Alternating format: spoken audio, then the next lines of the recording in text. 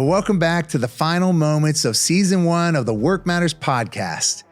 Before we take a short break, I just want to take a minute to celebrate our first season and highlight some amazing conversations and moments that we had together with our guests.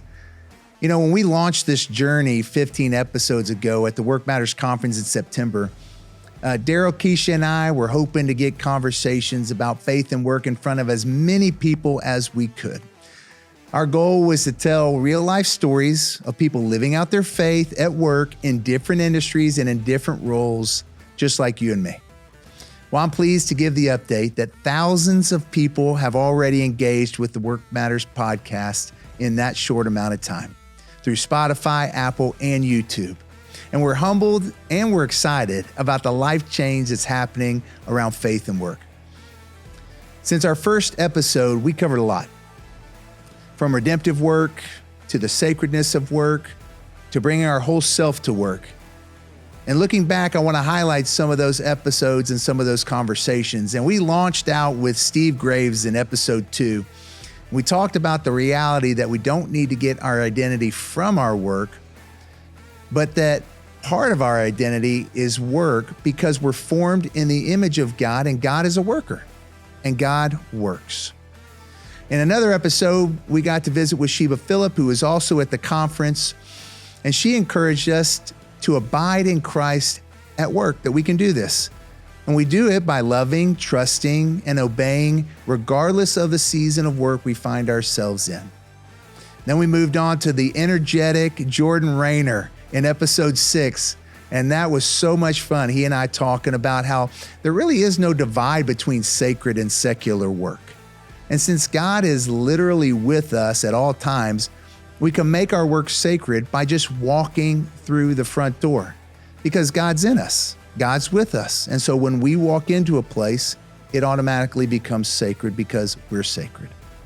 Then we had a great conversation with Alex Fitton. Daryl and I did this one together, and she helped us see that God can use a tool like the Enneagram to better help us and our teams know how God has uniquely designed us.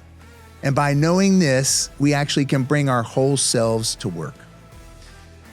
In one of our episodes, I talked to Dr. Libin Abraham from Bentry Bible Fellowship, who also spoke at the Workmatters conference. One of the things he mentioned was that the workplace is one of the most underreached people groups in the world. And that as God's representatives, we're called to represent Him right where we work. We don't have to go anywhere else. We can be missional right at work. We got to interview Cheryl Batchelder, former CEO of Popeye's Chicken, and she wrote a book and discussed servant leadership. And she challenged us to look around and see what is God doing right where you are and just join Him in it. It's that easy. And I got to visit with my good friend, Donnie Smith, former CEO of Tyson Chicken, who I also went to Africa with.